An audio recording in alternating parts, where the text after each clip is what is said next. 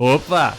E aí? Se você veio pelo título ou pela thumbnail, você já tem em mente que o lançamento de Undertale ele foi há 10 anos atrás? E pensar que até nos dias de hoje ele ainda é influente e tem uma comunidade ativa e apaixonada pelo jogo, às vezes até demais. E você já parou pra pensar o quão importante esse jogo é pra indústria indie como um todo? Ou até mesmo no mundo dos games? Porque, sinceramente, à primeira vista parece um joguinho de RPG Maker qualquer, do qual ninguém daria a mínima, mas ainda assim, pra se diferenciar, ele vem com uma proposta diferente. Um RPG que ninguém pode se machucar? E com essa premissa estabelecida, afinal, qualquer um que já jogou algum RPG sabe como ele funciona, anda pelo mapa, encontra bichinho, mata, ganha XP, fica nesse ciclo infinito até você chegar no boss final com uma luta épica de proporções épicas. E não desmerecendo um gênero como um todo, é claro, temos games incríveis, mas aí vem um jogo de uma criança barrigudinha com camisa listrada, com gráficos dos anos 90 e lançado no mesmo ano de gigantes da indústria como The Witcher 3, Bloodborne, Metal Gear Phantom Pain. Ele é um jogo do qual ele é lembrado com muito carinho e paixão. Esse jogo é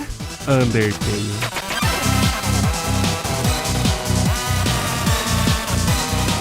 Um jogo que abalou a indústria, principalmente no mundo indie, seja pelos seus personagens, músicas, batalhas ou até mesmo pela sua mecânica. Um jogo com uma comunidade fortíssima, inspirou diversas pessoas a produzir as suas próprias artes, músicas, jogos, animações e etc. E não é à toa que Deltarune foi um dos principais lançamentos do Switch 2, mas uma dúvida ainda paira no ar. Será que Undertale é tudo isso mesmo? Mesmo depois de 10 anos, ele ainda é relevante? Ou foi simplesmente hype da época, onde jogos quando quebravam a quarta parede ainda era algo novo? Porém, eu já me alonguei demais nessa introdução. Eu também tenho que me apresentar, porque afinal eu sou o Malaman e espero que gostem do vídeo.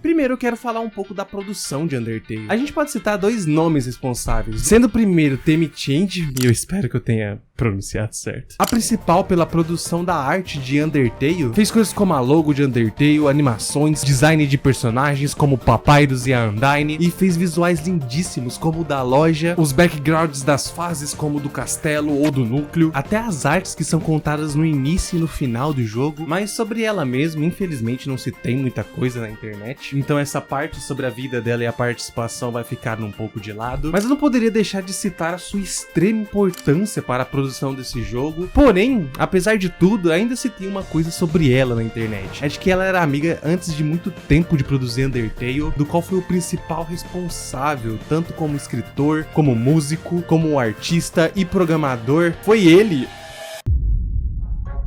um cachorro? Tô brincando, foi Toby Fox.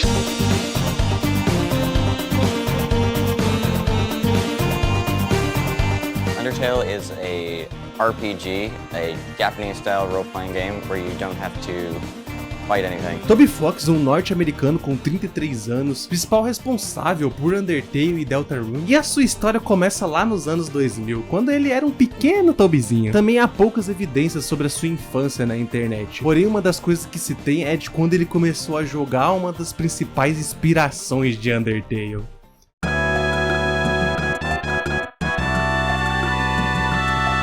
Sim, Earthbound, ou também conhecido como Mother, é a história sobre um menino chamado Ness que aventura com seus amigos para derrotar um grande mal chamado Gygas.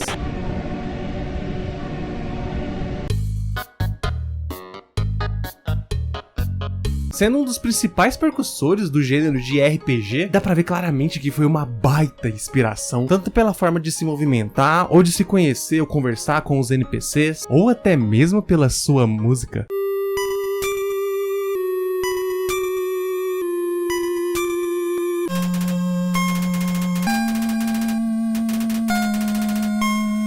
E graças a essa paixão por Earthbound, foi onde Toby parou num site que era pra fãs de Earthbound, conhecido como Earthbound Fansite Starman.net, e sempre participando ativamente da comunidade, conversando e trocando ideias sobre a experiência que eles tiveram no jogo. E com o tempo passando, chegamos nos anos 2000, grandes RPGs já tinham sido lançados. Uma das outras principais inspirações foi Final Fantasy, Super Mario RPG, Chrono Trigger, e como todos que são apaixonados por videogame, em algum momento eles pensam em produzir o seu próprio jogo, e foi mais ou menos nessa época que Toby começou a produzir os seus. Ele começou com uma ferramenta chamada RPG Maker 2000, que era uma ferramenta facilitadora para quem queria começar a produzir os próprios jogos sem entender muito de programação, e ele era mais ou menos assim.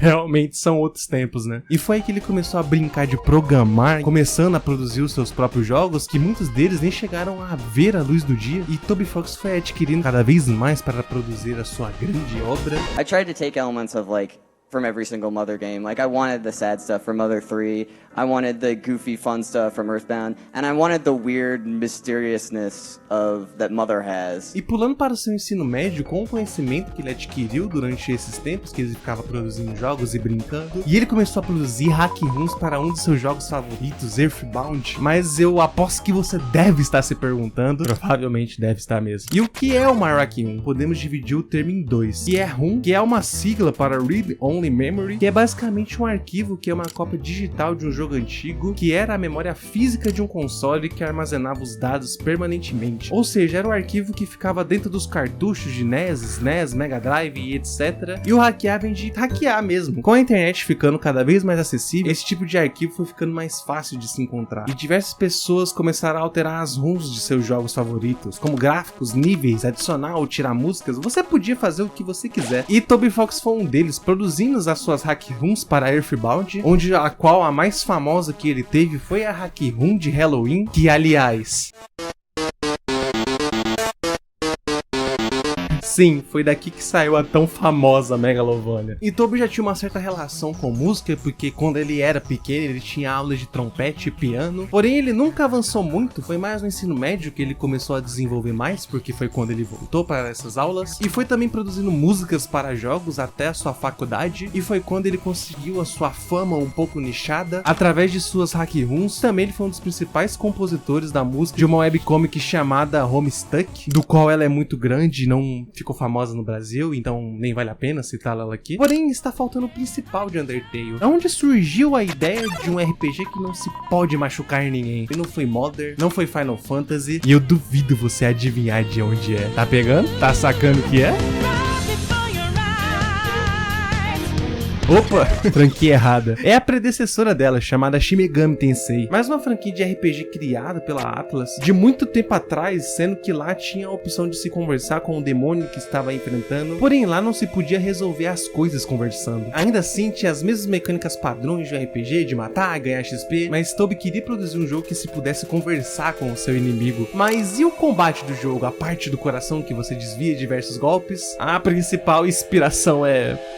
isso aqui. Aqueles jogos de navinha, onde você precisa do instinto superior para desviar. E com isso tudo estabelecido, do qual ele foi adquirindo conhecimento com arte, música, escrita, ele já rabiscava ideias de personagens que ele queria utilizar em seu jogo. Porém, uma hora isso tem que sair do papel, e chegou a hora de se produzir a demo de Undertale.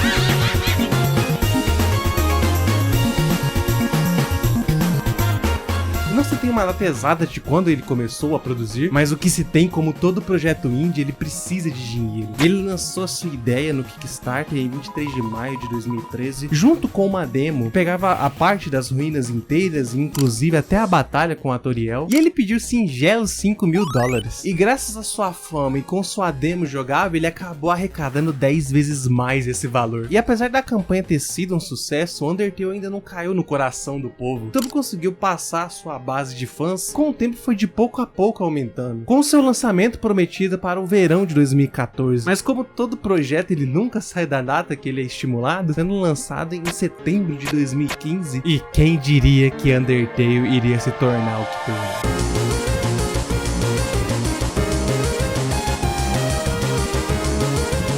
diversos youtubers jogando, uma comunidade apaixonada pelo jogo, animações, músicas, fanarts, games, ganhando diversos prêmios, elogiadíssimo pela crítica. As pessoas se apaixonaram pela criança barrigudinha de camisa listrada. Um jogo produzido no Game Maker com gráficos de SNES dos anos 90, fazendo tanto barulho quanto The Witcher 3 e Metal Gear. Um jogo que vem praticamente do nada. Para fazer sucesso no mundo dos games não precisa de gráfico de última geração ou da gameplay mais realista, e sim da experiência de se conectar com a pessoa, seja por sua história ou por suas músicas, ou até mesmo por ter uma gameplay diferenciada. Tornou esse sucesso até a um ponto de ser incontrolável. Era Sans e Bad Time, Megalovania para tudo quanto é lado, teorias sobre o jogo, quem é Kara de verdade, Frisco, W de Gaster. Só se falava de Undertale nessa época. A fama foi tão grande que até assustou Toby Fox, da qual não esperava um sucesso tão grande do jogo. E com o tempo foi lançado para os outros consoles, personagens aparecendo em outras grandes franquias. Undertale se tornou um marco na indústria indies e sendo um dos desenvolvedores indies mais prestigiados dos tempos atuais. Mas apesar de ter sido lançado em 2015 e realmente tendo uma proposta diferente, será que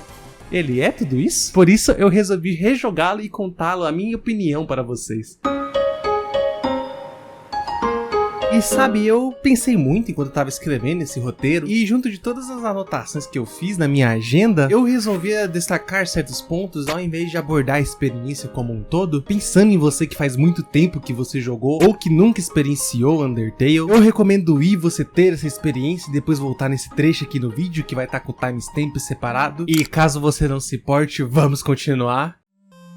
Há muito tempo atrás, duas raças comandavam sobre a Terra. Essa introdução já é manjada, todo mundo já sabe a premissa de Undertale. Guerra entre monstros, humano e criança caída, primeiro encontro com a flor. E é sobre isso que eu queria falar de Undertale. Ele é muito bom em quebrar a expectativa. Como o Undertale se baseia nos RPGs mais antigos, onde todos têm uma fórmula muito parecida, ele aproveita desses estereótipos e acaba brincando com você. Essa introdução remete muito bem o que eu estou falando. Muitos RPGs, ao se iniciar, vai ter um tutor que até então é inofensivo, do qual vai te ensinar tudo o que você precisa saber para jogar o jogo. E apesar de hoje em dia isso não ser surpresa para ninguém, mas na sua época o encontro com o Flowey deixava todo mundo surpreso, até então sendo o tutorial do jogo, um personagem bonitinho mostrando como é que funciona, e de repente você quase morre e ele te mostra como realmente funciona o mundo. É matar ou ser morto. Tá vendo como ele utiliza de um certo padrão que você já tem na cabeça, do qual você já espera o que vai acontecer? Undertale tem diversos momentos assim, fazendo quebras de quatro paredes com interações engraçadas, ou que realmente até te surpreende, seja a apresentação do Flower ou do Senzo, ou a introdução da mecânica do coração azul com o Papyrus. Hoje em dia temos diversos jogos que brincam com essa estrutura de quebrar padrões, como Doki Doki, Miside, e foi com esses twists que Undertale foi se popularizando cada vez mais. E eu me lembro dessa época de ver meus youtubers favoritos reagindo ao início da batalha contra o Senzo, ou a primeira vez que você luta contra o Flowey, que inclusive foi por causa disso que eu joguei Undertale. Lembro-me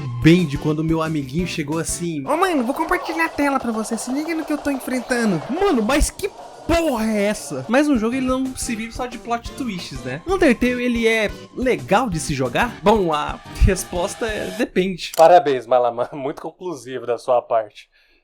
Ai, ai. Pra mim, sim, ele é divertido de se jogar, porém ele não é pra todo mundo. E eu vou elaborar um pouco mais. Eu irei falar da rota neutra pacifista, pois a rota genocida eu acho que merece um vídeo só pra ela. E comentem aqui embaixo se você também acha Undertale divertido e se vocês querem um vídeo sobre a rota genocida. E já aproveita e se inscreve e dê like no canal. E eu acho muito bom você fazer isso, porque senão você vai ter um tempo ruim.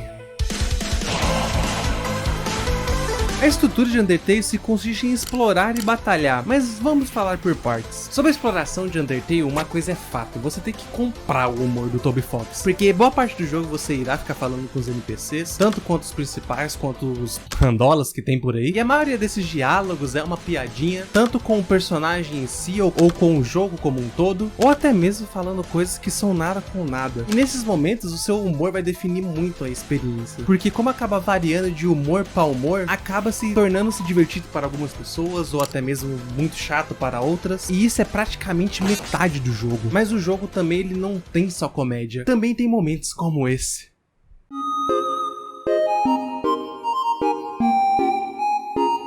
O Shop.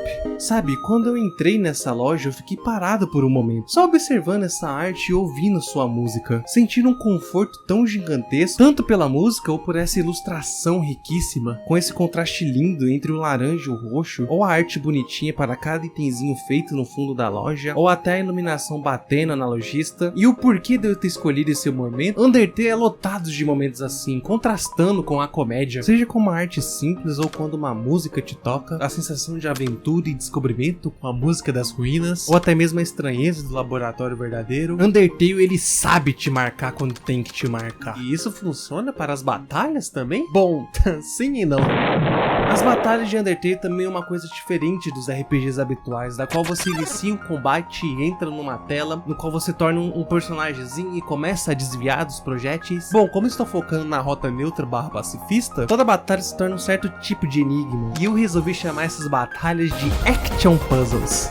Gostou da criatividade, né? Como toda batalha você tem que resolver o problema do bicho em questão, como se aproximar de um avião de tsundere, Undertale realmente não tem muito critério. Onde boa parte da sua punição de você errar o enigma é fazer a batalha durar mais, consequentemente aumentando suas chances de morrer, pois o objetivo das batalhas de Undertale é você sobreviver e conseguir derrotá-los o mais rápido possível. E com isso, tirando as batalhas principais, você acaba repetindo o bicho diversas vezes durante o caminho. Então, uma vez que você já enfrentou o bicho, você já sabe o que tem que fazer com ele. Isso também é bom porque a batalha se torna um pouco mais rápida, porque você já sabe o que tem que responder, mas acaba se tornando até um pouco repetitivo e não sendo tão inovador quanto parece ser, apesar de ser uma mecânica muito divertida. Mas graças a isso, 95% das batalhas de Undertale são completamente esquecíveis. A maioria deles se resume em escolher a ordem de opções certas, mas já as batalhas contra os chefes, todas são muito marcantes. Seja Toriel, Papyrus, Undyne, Metaton, Flowey, são realmente elas que têm as mecânicas diferentes. Há diversas coisas que se dá pra fazer com o coração e um quadrado. Tem a mecânica do coração azul, do qual você não pode pular, o verde para defender as flechas, amarelo para tirar. Dá para se mudar a estrutura de combate, o formato e diversas outras coisas, da qual precisa muito mais da sua atenção para você poder vencê-los, pois são as batalhas mais dificilzinhas assim do jogo. A maioria dos chefes, todo o build-up é construído para elas, sempre é um momento impactante. E é claro, tem outro fator crucial, na verdade é o principal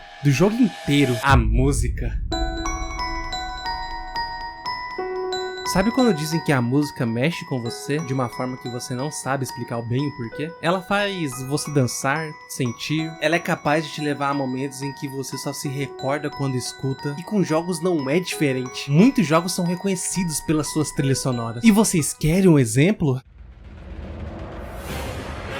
Você já sabe do que se trata. Ou que tal... Sim, né? GTA San Andreas, nostálgico, não é? Ai, acertada. Que época boa do PS2, não é? É bizarro como a música tem um poder sobre a gente nem percebe. E com um trabalho bem feito pode nos marcar por dias, semanas, meses. E com poucos toques e melodias pode trazer à tona todo aquele sentimento que você teve com aquela obra. E eu tenho muito disso com Undertale. Pra quem experienciou essa jornada sabe do que eu estou falando. Por mais que a música do Sense foi a que viralizou e é a mais conhecida de Undertale, e que também de fato ela é muito boa, mas na verdade Undertale também é lotado de outras músicas maravilhosas. E elas são fundamentais para a experiência como um todo. Temos a das ruínas, que começa com uma melodia simples, até que de repente... Você sabe que apesar de estar começando a aventura, você sente que não será fácil, será repleta de monstros e desafios do qual você irá precisar de determinação para resolvê-lo. Ou a música da casa da Toriel, transmitindo conforto e segurança, e que por estarmos lá, nada vai nos machucar. E sabe, é engraçado como a música ela dita o que você deve sentir. Ela é o ritmo de suas situações. Antes eu disse que as lutas contra os chefões, elas tinham as músicas mais marcantes do jogo, e eu posso exemplificar isso com a batalha do Papyrus. E apesar de toda uma série de puzzles que simplesmente não funcionam, e durante todo o caminho lhe é avisado para tomar cuidado com o ataque azul. Todos os inimigos dessa área ele possui um ataque azul também, do qual você já fica preparado e já sabe o que tem que fazer, até que finalmente vamos ter a batalha contra ele. No começo ela está fácil até demais, e aparentemente é assim, porque afinal é o Papyrus. Até que então a música para, você toma um dano injusto e agora começa a batalha de verdade. Você está azul agora. Esse é meu ataque especial. Ele te surpreende apresentando a primeira nova mecânica do jogo. Tanto a música quanto a batalha começa de verdade. Percebe-se que a música, além de ter muito mais presença nesse momento, ela fica bem mais encorpada pra lutar contra o Papyrus. Vai ficando cada vez mais caótica, fazendo muito sentido contra o Papyrus. Sabe, Undertale consegue ser muito característico com suas músicas, seja por um momento mais calmo e tranquilo, ou por um momento mais emocionante e intenso, onde se você comprou a ideia do jogo, as suas emoções irão ao flor da pele. Toby Fox trabalhou muito bem em suas músicas, fazendo você sentir conforto, medo, empatia, incômodo, esperança e principalmente determinação, sabe? É um trabalho incrível de música. E é por isso que as pessoas continuam escutando depois de 10 anos. E é por isso que eu continuo escutando quando eu preciso ficar calmo, ou quando eu preciso de determinação, ou até mesmo quando eu não estou fazendo nada. Undertale é todo esse conjunto que, por mais que às vezes ele tenha uma comunidade insuportável e às vezes superestima demais o jogo, mas a experiência completa é maravilhosa, tanto pelos seus personagens, ou a forma que Undertale quebra a expectativa, ou até mesmo a sua mecânica divertida de se jogar, seja pelas suas músicas que causam diversos sentimentos em mim, ou seja pela parte boa da comunidade. Passa horas e horas fazendo projetos incríveis só para entregar uma homenagem de um jogo que marcaram a sua vida para um jogo que marcou a minha vida. Obrigado, Toby Fox, por me mostrar que devemos ser gentil, ou em um mundo que está ficando cada vez mais rápido, devemos aproveitar cada momento que temos, seja com família, amigos ou até consigo mesmo, e que o principal é ter determinação para tudo, para ter uma família, para ter amigos ou alguém para amar, para aproveitar cada momento em um mundo cada vez mais difícil, mas principalmente para si mesmo, que tá sempre buscando em melhorar.